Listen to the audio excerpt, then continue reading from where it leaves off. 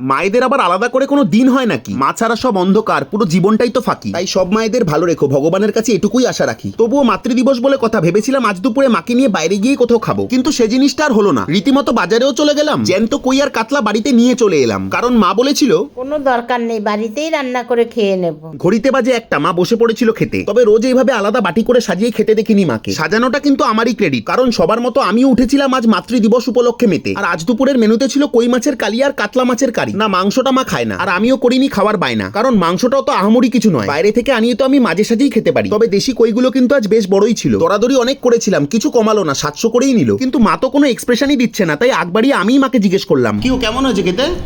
কেমন আবার হবে, আমিই তো রান্না করেছি, তুই তো শুধু প্লেট দিয়েছিস পেতে। তারপর আবার একটু জ্ঞান দিতে গেছিলাম, কি গো তোমার না সুগার, এতগুলো মিষ্টি খাবে?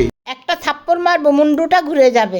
তোমরা আজকের দিনটা কিভাবে কাটালে? খুবই খুশি হতাম কমেন্টে লিখে পাঠালে। বাই।